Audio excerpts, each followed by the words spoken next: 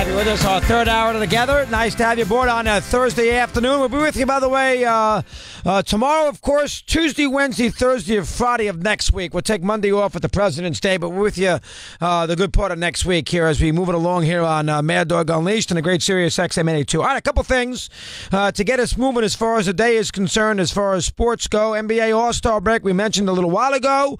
There'll be 2 games tonight. If you can't know why they have to play 2 games tonight, I don't think they're televised anywhere. Denver, Milwaukee, Lakers, Minnesota. My goodness. 2 games tonight, and then nothing for about a week. I think there's probably games next Wednesday, but they have extended the All-Star break a lot in the last few years to give them much more of a holiday. It used to be, Friday, Saturday, Sunday, Monday, and now it's for the most part, they've extended it an extra couple days. So the 2 games tonight, you're going to see Golden State. I'd be shocked if they're not in the final, even with Houston's big record. I still think Cleveland's going to get there. I'm more convinced now than I was before last week. I think these trades have jazzed them up. I think they got a lot of things going on now with their bench. Hood can score. Obviously, we know about Clarkson. He's played well these first 2 games. Nance has a great physical presence. They are into it, the 4 newcomers, including George Hill. A chance to get out of bad situations, 2 of which were, of course, in L.A. 1 was in Sacramento. Listen, not a bad situation in Utah for Hood, but a chance to play with the great LeBron in Cleveland. They know that they're going to be big games down the road. That's what an athlete wants. Fired up LeBron.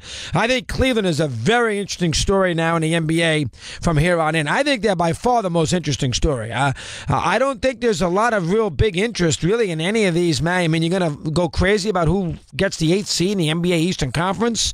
I mean, maybe down the road we'll have a little juice with that, whether it's Charlotte, Detroit, Philadelphia. Well, I even looked. I couldn't even tell you. Well, I'll look right now for you just to have fun with it, to see who, in fact, right now is in position to be the 8th seed in the East. Right now, Toronto 1, Boston 2, Cavs 3, Washington 4, Milwaukee 5, Indiana 6, Philadelphia 7. So right now that's the Heat, who are comfortably in that postseason spot.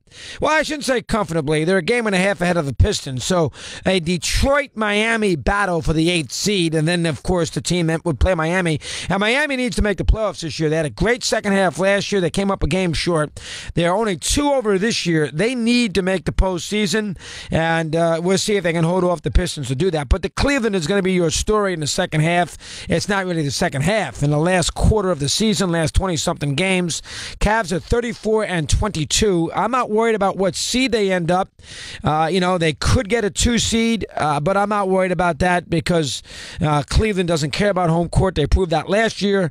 You just want to see if Cleveland continues to play well. So we'll see about the Cavs. I think they're a very interesting storyline in the second half. I love an Oklahoma City, Minnesota 4-5 series. Right now, that is what it would be in the West. I think that would be a fun series. I think those last couple of spots in the West could be interesting.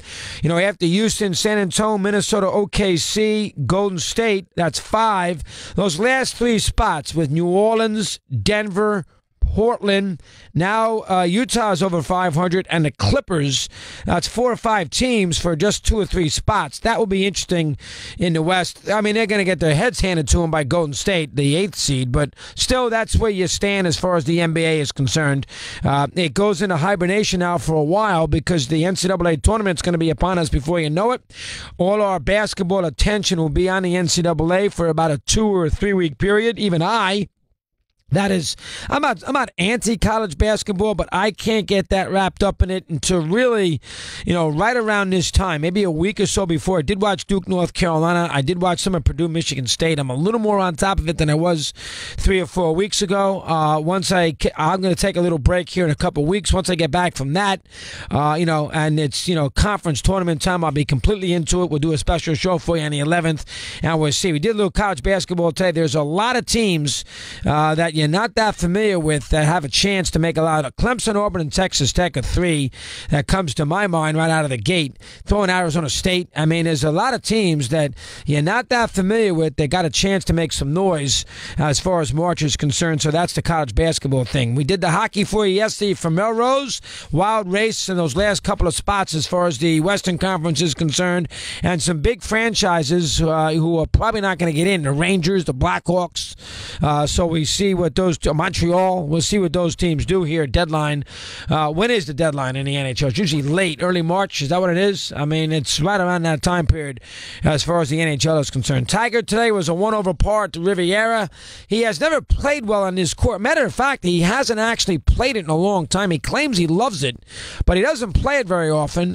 He made his debut there as a pro, and so we'll see how he handles Riviera here this week. This is the last swing on the Western Tour side. I believe next weekend, I might be wrong, I might be a week off, but I believe next week we begin the Honda. Now, the NBC usually carries that, so that's Dan Hicks. We'll see how they handle that. That's usually the Florida swing is all NBC.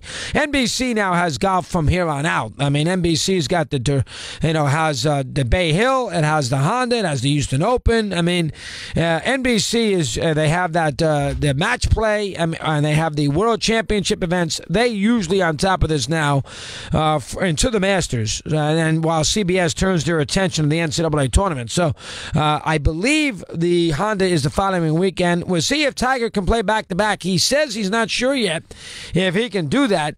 So we will see if Tiger decides, which means that he would not necessarily play next week at the Honda, which always has a good field, which means he would not play that. When the tour swings to Florida, that's when I start thinking about the Masters. When the tour moves into Florida, I've watched a little golf. I love I love watching it in the big events. I love the four. I love the Ryder Cup. Sometimes I have some issues here watching it in California in the middle of February. I did watch the Torrey Pines. I watched that Sunday, the last day with the playoff. I did not watch that much of the AT&T. I'm a little out of it right now at the golf. I will keep an eye on Tiger this weekend, but next week I'll get a little more into it when we get ready for the Honda. And I believe I might be wrong. It might be 2 weekends from now. That's next weekend then. So the Honda, is NBC carrying that event, Ray? They got the Olympics, so they're going to have to. Are they going to do the golf on that Saturday and Sunday, or they got Olympic coverage? They'll probably do the golf, right? I would think it's an NBC event. They always do the Honda. I would be shocked if they gave it up. So that would be a Golf Channel NBC event, and that is next weekend. The Honda, and then you also go to Orlando. They have a Tampa event. I think they're going to Mexico City, and then Houston, and then the Masters. Right around there is their schedule. And then after that, they pick it up again with the TPC, and away we go. We keep an eye on Tiger. Federer needs to win. I think it's one more now to be number one in the world. You heard Steve talk about that. I'm fascinated by the fact that a 36-year-old guy who's been around forever, who has dominated for about 15, 16 years now, he fell off the face of the earth, couldn't beat Nadal. Everybody basically had him written off, and seventh in the world, and couldn't get by Djokovic and Nadal and everything else. And now, in the last 2 years, had an injury. In the last 2 years, he has won 3 of the majors. He's only played in 4 of them. He's won 3.